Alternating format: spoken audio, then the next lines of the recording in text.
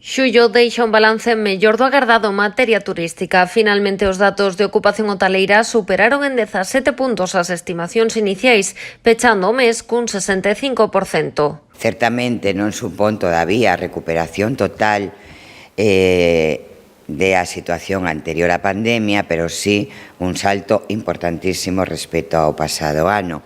Son 17 puntos máis que o acadado no mes de xullo do 2020. Isto respecto ás previsións, pero a tónica se mantivo tamén se tomamos o ano pasado como referencia nas principais comarcas e vilas.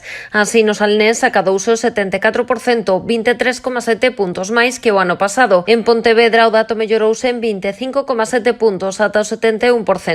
Destaca Sanxenxo, que acadou o 77% da ocupación. Son datos moi positivos que van a ser, sin dúbida, superados, pero primeiro amosan que temos un destino moi potente, un destino moi resiliente, que seguramente cando se den os datos comparativos no conxunto de Galicia estará Rías Baixas nos primeiros términos de datos de ocupación, pero tamén cando comparemos cos restos do destinos vamos a estar moi ben situados en xullo e tamén en agosto. En canto ao perfil dos visitantes, son principalmente de fora de Galicia e do resto do Estado. Destacan Madrid, Barcelona, Vizcaya e Asturias. A cifra de estranxeiros segue a ser menor. As persoas estranxeiras foron do 6%, foron de Francia, Portugal, Alemanha, Estados Unidos e Italia.